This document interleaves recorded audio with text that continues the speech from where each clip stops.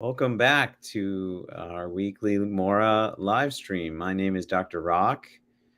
That's R-A-K, spelled R-A-K, pronounced R-O-C-K. And I am here alone right now. Dr. Lori is traveling this week, and I have a colleague, Dr. Jasneet, who's going to join us shortly. And I want to just say hello to everyone watching live and watching this recording and remind you who we are. We're Mora Medical.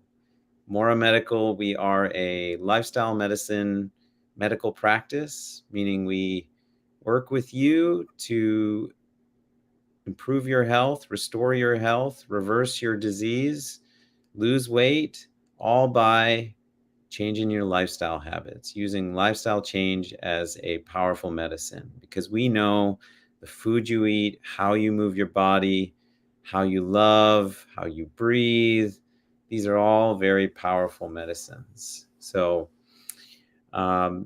welcome. Don't have anyone with me yet. Don't have any questions yet, but if you have a question, if you're watching, please feel free to put a question in the chat.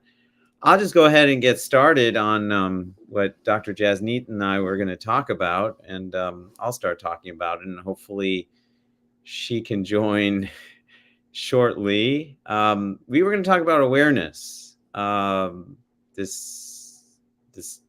a kind of vague term, I guess, awareness. But the idea of injecting some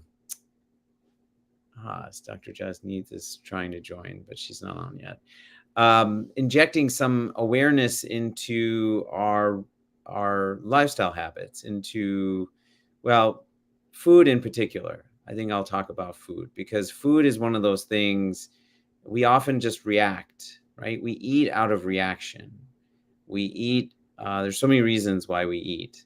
Hunger is one of them, but we eat when we're bored, we eat when we're reacting to strong emotions, we eat when we're anxious or stressed, we eat when we're tired, and often we eat out of habit. We eat because that's the time or the thing we do. Sit down on the couch, I might eat some food as well. So I take the idea of awareness as this superpower that you can use to inject between that thing, the thing that prompts you to eat, and grabbing the food. And so what do I mean by that? Well, let's say a strong emotion comes up for you, right? Let's say somebody says something to you at work and it makes you really kind of feel upset. The reaction might be to just reach for a piece of candy or something that helps feel good in the moment, right? The reaction might be just reacting to that emotion with food, with highly palatable food that causes us to release dopamine, causes us to release other things that make us feel good in the moment. And I mention that because what the things you do on repeat, the reactions you have on repeat, those are what determine your overall health. So at Mora, like I said, we talk about changing your lifestyle habits to optimize your health, to help you live the life that you want to live. And changing your lifestyle habits requires that you fundamentally then, if we're talking about diet, it fundamentally change the relationship you have with food. You recognize that certain foods you're eating now aren't promoting your health. You could say, you could use willpower and just tell yourself, I'm not going to eat that thing. I'm not going to eat whatever it is, chocolate donut. I'm not going to eat that chocolate donut. But somebody's bringing chocolate donuts to work every day. Somebody's bringing chocolate donuts to work every day. And so, well-intentioned person. And so I see that chocolate donut and I may tell myself as much as I want, I'm not going to eat that donut. I'm not going to eat that donut. But you know what? The body knows differently. The body has a craving. The body is saying, I've had that chocolate donut before. It makes me feel good. So you may decide you're not going to eat it, but the body's saying, no, you're going to eat it. And we fight with ourselves.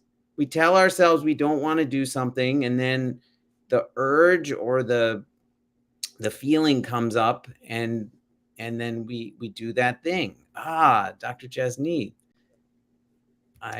This is very welcome.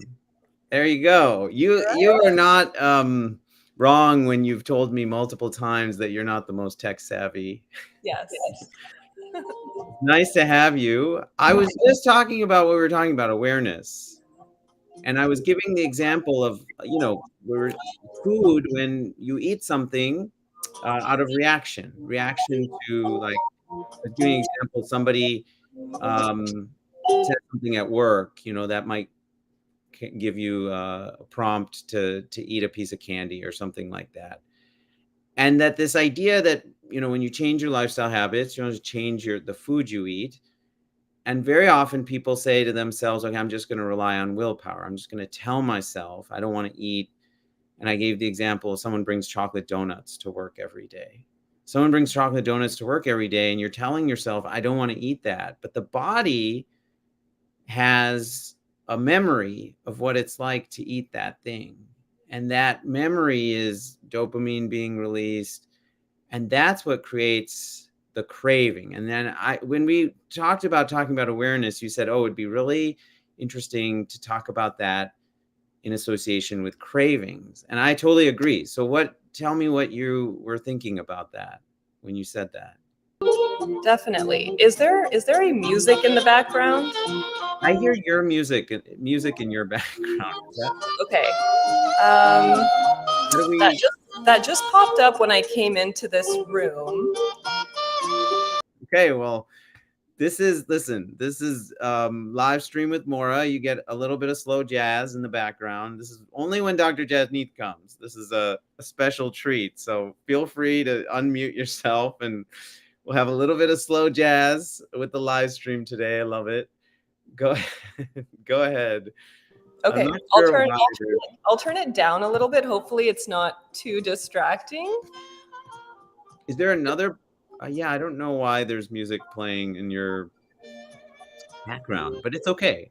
Is this okay? Can you hear me all right? I can hear you, and I hear a little bit of the slow jazz or whatever that is. I can't really make out in the background. Okay. Well, we'll talk. I'll talk over it, and then we'll sort it out later. So, yeah. I mean, I think cravings are really important to talk about, and I think just kind of reeling it back a little bit, and thinking about what is a craving. So let's just start there.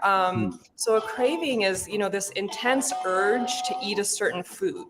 And ideally, you're wanting to access that right away or as soon as possible.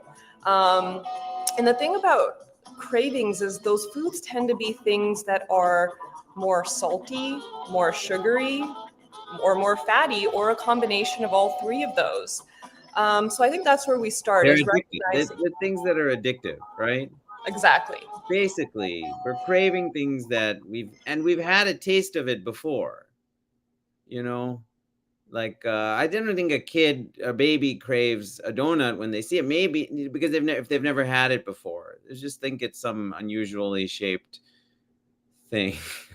Anyway, totally. Yeah, exactly. And I think one of the biggest things for me here is that linking the idea that cravings are not always related to hunger, or they're not always fueled by hunger. So that kind of gets into, well, what's triggering these cravings? And I think the two key things are the awareness of the craving, like you said. So just having that recognition that this is a craving.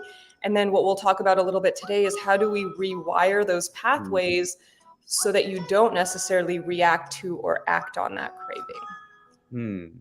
Okay. Yeah, that's really cool. So awareness comes in two places: recognizing that you're having the craving, and then rewiring. Okay. So, why don't we talk about that recognition piece a little bit first? That's the sort of, I like to call it the space, the space that you put between whatever is causing that reaction. whatever is causing that reaction. You know, I went through some, but right, if something stressful, some emotion coming up for you, sometimes you eat because you're bored. Do you do that? I do that all the time. I Absolutely. Yes. certainly when you're tired, um, you reach for like highly palatable foods. We're sort of hardwired because that's a stress on the body. Like the fatigue is a stress on the body, and so the body's like, I need to reduce stress, so let me have some refined sugar. That's and in the moment it does do that, right? Refined carbohydrates, they reduce like cortisol, so that's why in the moment it feels like, oh, this is working, but in the long term they're inflammatory. So Yeah, yeah. Those, I think you mentioned some of the key triggers. I think others to think about are stress. So that whole concept of just, stress eating and emotional eating. Your sleep status can really affect cravings. So I think there's studies in people that work, night shift, and what happens with that craving for comfort foods, and just sleep deprivation. I think another interesting one is nutritional deficiencies. hmm, So iron, being a classic example of pica, where yeah, right. people actually crave things like eating dirt or eating ice. Mhm. So that's another category. You mentioned boredom; that's a huge one. Even studies behind exercise or lack of exercise and how that affects Mm, hormones. So when you exercise, the hormone that tells us that we're, you know, full or satisfied goes up, whereas the one that tells us, gives us those hunger cues actually goes down. So that's interesting that's as very well. interesting. Yeah, I noticed that after I exercise, I'm usually not hungry like right after exercising. And yeah, no, the jazz is not bothering me. I think you don't you don't have to mute it. We kind of got used to it. No. Okay, I'll leave it there. Yeah, it's fine. Okay, so then I have a trigger, um, and I recognize it. That good. What would I do in that moment? Like, how do I use that space? Like you said, how do we rewire? Yeah, so I think, I think taking it back one step, you mentioned the highly palatable foods. So these are foods that are easy to digest. They're sweet, they're salty, they're fat, and those keep us in this loop of, your brain sends a signal to your reward center, and you crave that, you eat it, and you're just stuck in that. You're almost like a hamster running on a Yeah. wheel, when you have those highly palatable foods. So I think understanding that is really important. When we get into the tips of how do we reduce cravings, one acronym that's used quite frequently is HALT. And you've probably heard of that. So, thinking about your emotions. Am I hungry? Am I angry? Am I lonely? Am I tired? So if you are one of those things, let's address that appropriately. I think sleep and stress can fall under that as well. And then maybe you can talk a little bit about aiming for meals that are more nutritionally balanced or nutrient Mhm. dense, things like fiber, and how that will will change our cravings potentially. Yeah, that's interesting. No, I think one thing I recognize this in myself, but I talk to people about it too, is just is your main meal are your main meals big enough? First of all, are they like filling enough, really? Because you're getting at it like whole and processed plant food is just very filling. You can only fit about 600 calories of whole and processed plant foods, and depends on the plant, but non-starchy vegetables are like just a few hundred calories a pound. And so when you're eating a lot of that food, you have to eat a lot of food too to kind of get enough calories and not get enough calories, but just to get enough to feel like you should feel satiated. I think a lot of times, especially myself, I experienced this, other people who have a history of wanting to try to lose weight, there's a tendency to just sort of like go through this deprivation where you're just like trying not to eat, trying to and and then when you do eat, you end up eating a lot, and it may be later in the day when you're more tired and you see these highly palatable foods. I'm speaking out of experience, right? Like, I have young kids, and we have all these, like, you know, quote unquote healthy granola bars and around the house. So I've had to learn how to coexist with a lot of that food. And so what you're saying resonates with me. A lot of those things come up. And when I get the craving, but like when you get the craving, then how do you sort of manage that in the moment? Like, let's say I'm aware, like, oh, I'm really like stressed out, and that's why I'm eating, reaching for these bunny grams because they look they look like little bunnies and they're made with organic ingredients. They must be no, they're full of sugar too. So how do I get the craving? Like, how do I manage it in the moment? Yeah, yeah. So,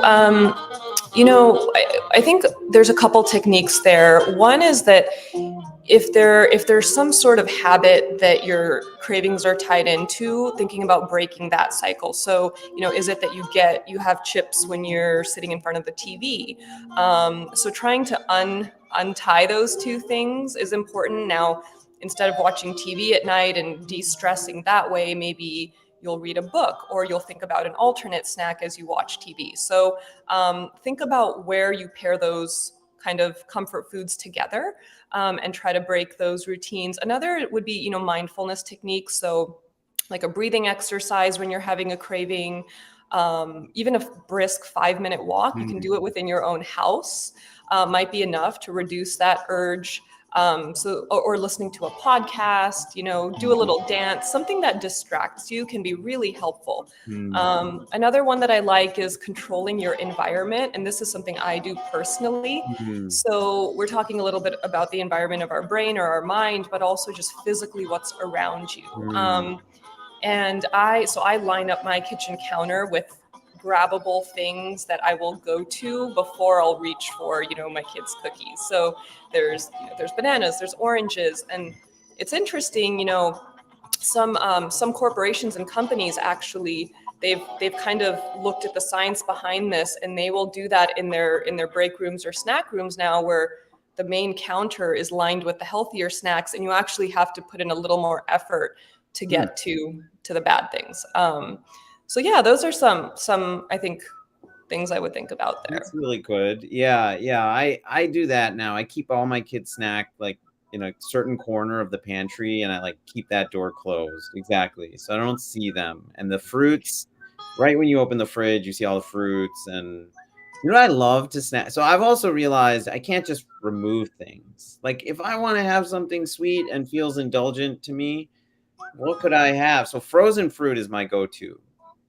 It feels like, my new favorite is frozen tangerines, the little Oh, tangerines. wow.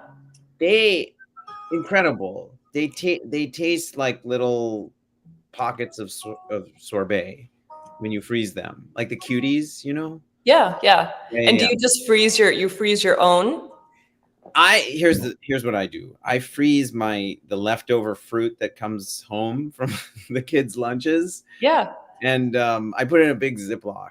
And then if that fills up, I say, leftover fruit smoothie. But otherwise, it's a great snack. Like grapes, taste great frozen. I love and then I buy frozen cherries, dark sweet frozen cherries. Those are like probably my favorite go-to. And a cup of those has 90 calories. I don't even worry about. I mean, I'm just saying, like, you can eat so much of it versus if I ate, I don't know, my kid's cookie, exactly. It'd be like this small little cookie, 90 calories. So I feel like I'm eating something that feels indulgent, and then it's also fruit. That's my Yeah, yeah. And so is it, I'll have you maybe address this for the audience, but is it possible for your cravings to change? Can you go from craving the burgers and fries and milkshakes to I hear you. craving smoothies and salads?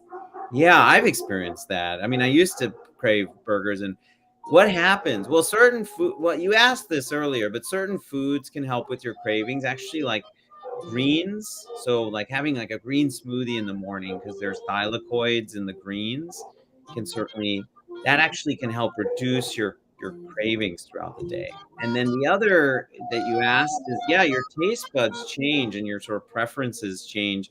Part of that is because as your gut microbiome is changing, they have a direct impact on your taste buds, which is fascinating. So you will get to this period where you and I are nodding. It's like, now I do crave a salad. And the first time that happened to me, I think we're on a trip or something, and I was away from my regular daily salad, and I was like, I really need a salad right now. And I was like, what did you just say? What is Yes. going on? Um, I just want to thank our viewers and remind us we're Mora Medical. Mora, we are a lifestyle medicine group.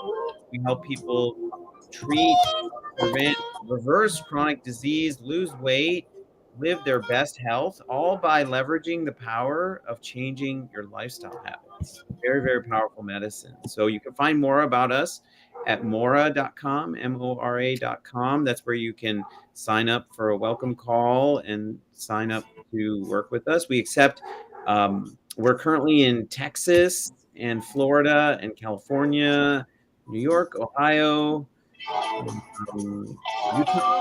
Utah, Maine, That's Pennsylvania. I think you covered right. them all. We're adding more states, you know, literally by the week. So just go to our website. We're maintaining a wait list. We're accepting insurance. So this is what you're already paying for. If you're paying for health insurance, you are paying for this. We're providing real health care, you know, a focus on your health. And we'd love to work with you. This is, I think, what the world needs and what our healthcare system needs.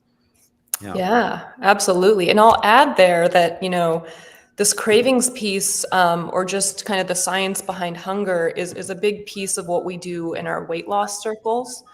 And so for those that are struggling with weight or, might already be eating uh, relatively healthy or vegan, vegetarian, whatever it might be, but or just can't get past that certain point, That's right. it would be lovely to see you in our weight loss circles and talk even more about the science behind this. Yeah, absolutely. Yeah. Are you, Dr. Jesneith, are you familiar with the RAIN technique? The Tara Brach, the meditation teacher? I have heard of it. Can you elaborate on that? Yeah, sure. I love this, and I think it's something we teach at Mora, and I think it's one of those strategies of, people talk about meditation a lot and building awareness, but this is sort of a practical application of it. And so the idea is, it's an acronym, RAIN. This was a method that was created by a meditation teacher, Tara Brach. And R stands for recognize. So this is like when you're having the craving, that you recognize that you're having the craving. The A is acknowledge. And it's, a lot of times we'll try to outthink. We'll say, okay, I want this thing. So you're going to recognize it. But if you start to try to outthink, like tell yourself, I don't want this thing, as I was saying earlier, like the body remembers. The body knows this is something I want. It's going to override. So you just acknowledge it. Oh, I'm feeling this right now. And then the I is investigate. So you kind of go internally and you ask yourself, like, what does this feel like in my body right now? It's very interesting because cravings actually create tension in the body. That is the way they exert their influence. Because to relieve that tension, then the body says, I need to go have that thing. I need to eat that donut. I need to look at my phone. And that works, right? It does release dopamine and then the tension releases. But there's another way, that you can teach yourself. I can't remember. What is the N? You don't know this technique. It's not nurture, but I can't remember what the N is. But what you'll do And is nurture. Yeah. Oh, it is nurture. Okay. Yeah. So that's what you'll do is you'll sort of You can even do like a body, so in meditation, it's very common to do like a body scan, right? And you can do that in the moment and just sort of, where am I feeling this tension? Am I feeling it in my chest? Am I feeling my back or my shoulders or my abdomen? And there will be tension somewhere. And then the nurture piece is just sort of sitting with that, and then trying to take some slow, deep breaths. You're not trying to change the thought. You're not trying to, outthink yourself and tell yourself, I don't want this thing. I shouldn't have this thing. Sometimes that can work. Sometimes willpower does work. But, willpower, as we always say, is like a battery. So all the things that can trigger you often can override your willpower as well. And so by relieving the tension, by taking these slow, deep breaths, very often then the craving will dissolve too.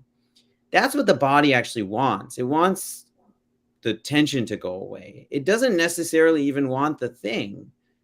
And so you're teaching your body a new way. That's what I like to say. You're teaching your body a new way to relieve that tension.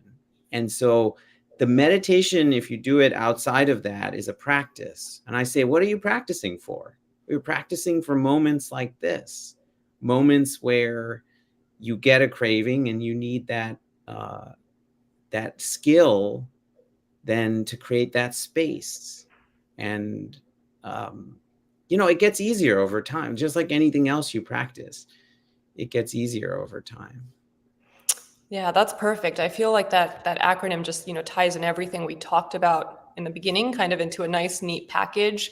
But that's what I would tell anyone listening is time is the biggest thing. When you initially start making these changes, the cravings tend to be the strongest, the most intense. And if you can get past that first couple days, couple weeks, then you're flying. So That's right. That's right. stick with it. Dr. Jesneed, can I ask you, do you have a mindfulness or meditation practice or something you do to get out of your head regularly? Yeah, I mean, for me, it's music. Mm. And so I think, it's different for everyone.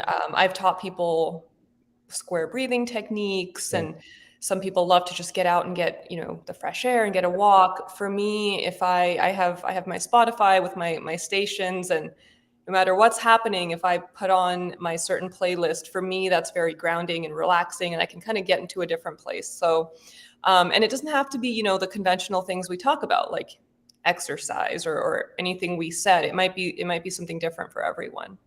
That's right. Yeah, no, I love that actually. But how music, and that's probably why music was playing when you were, what, how do you use, how do you use music in that way? I totally agree with you, by the way. Like movement can be a meditative experience, and how do you use it Yeah. in that way? So music, I mean, I don't necessarily want to call it a distraction, but it does, all these things we're effectively talking about are taking your mind away from that urge or that impulse. That's right. So for me, it just kind of transports me to a different place. Now I'm not sitting here focused on that piece of chocolate I want, and I'm engaged in the music. And you could couple it up for. So when I run on my Peloton, I have to have certain music. I mean, for me, that's like the Mm, ultimate. It's the ultimate combination. Good music plus the run. It's there's all the dopamine right there. yes, I totally agree. Yeah, music, and then the other. Have you ever used this Nike Run Club app? I have not, but it's been recommended to me. Well, so we have no association with them, but it's a free app. Free in the sense when they don't charge, you're the product, but I get that. But they have these mindful runs, guided mindful runs. They're guided by Andy from Headspace, Andy Puddicombe from Headspace, and um, Coach Bennett, who's the Nike Global Head running coach, and other people sometimes too. But they are these meditative runs where they ask you to sort of reflect on questions in your life. And it's often like reflecting on the run, but also sort of reflecting on life in general, and I love them. So I try to schedule a run where I do one of those once a week, almost as like part of my self-care, or like it's like it almost feels like therapy. Yeah, that Do a sounds run. So that's I recommend it a lot of times to be. That's why I'm recommending it now, because it's free and they're wonderful. Okay. We are at 11:30. Any closing thoughts or things you'd like to say for the folks? We had a quiet bunch today. We had people watching, but nobody had any questions for us today, which is fine. We had a lot to share. Yeah, yeah. I mean, closing thoughts, my favorite line is just, be patient with your palate, and as it adjusts, your cravings will be subdued or will change into more, more healthy cravings. And water. We forgot to mention water, so I'll end with, if you're having a craving, grab a glass of water. That might do the trick. Add some lemon to it, add ice to it, whatever it takes, but don't forget about the water. Awesome. Yeah. Okay. Welcome. Or welcome. Thank you all for joining today. And again, check us out, Mora Medical. We're at mora.com, MORA.com. And thank you, Dr. Jasneet. It was great to see you here. And we will see you back here next week.